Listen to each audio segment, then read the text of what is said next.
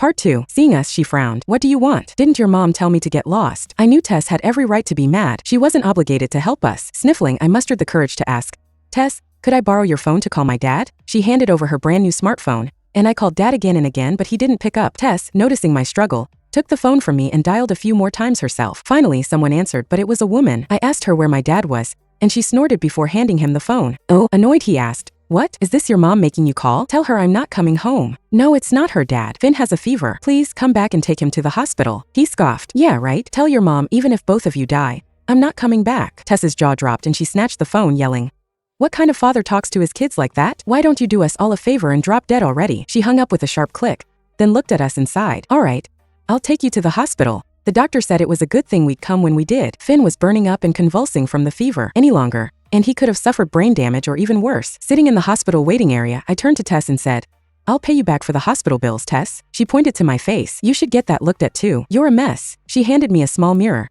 and I saw a scratch running across my cheek. Mom must have clawed me during one of her slaps, but I hadn't felt it. It only started stinging now that Tess had pointed it out. I shook my head and decided not to get it treated. The bleeding had stopped, and besides, a doctor visit would cost more money. Tess didn't push it. She handed me a stick of gum and asked, any other family besides your parents? I thought for a moment, then shook my head. We used to have grandpa and grandma, but they'd passed away. It was just Dad and Mom now. Tess was silent. Then she patted my shoulder and said, all right, from now on if you need anything, come find me. The name's Tess Harper. Thank you, Tess. Don't go calling me Tess like I'm old. Just call me Tessie. I nodded. Tessie. She chuckled, musing up my hair. Don't go thinking I'm a saint though. I'm letting you stick around cause you owe me, all right? I nodded hard. I knew when someone was truly good. Not by what they said, but by what they did. We didn't go back home until the next day, but no one was there. Mom had taken all her things and whatever money was left. She left a note on the coffee table. Oh, even if you beg, I'm not coming back. My heart turned cold. The note wasn't even meant for us. It was for Dad. Finn, still weak, lay in bed with his eyes fixed on the ceiling, his fingers clutching mine tightly. Sonny, what did we do wrong? Why don't they want us anymore? I didn't know how to answer, so I turned away and wiped a tear with the back of my hand. His small hand gently brushed my cheek. Sonny, I'll grow up fast. I'll make a lot of money,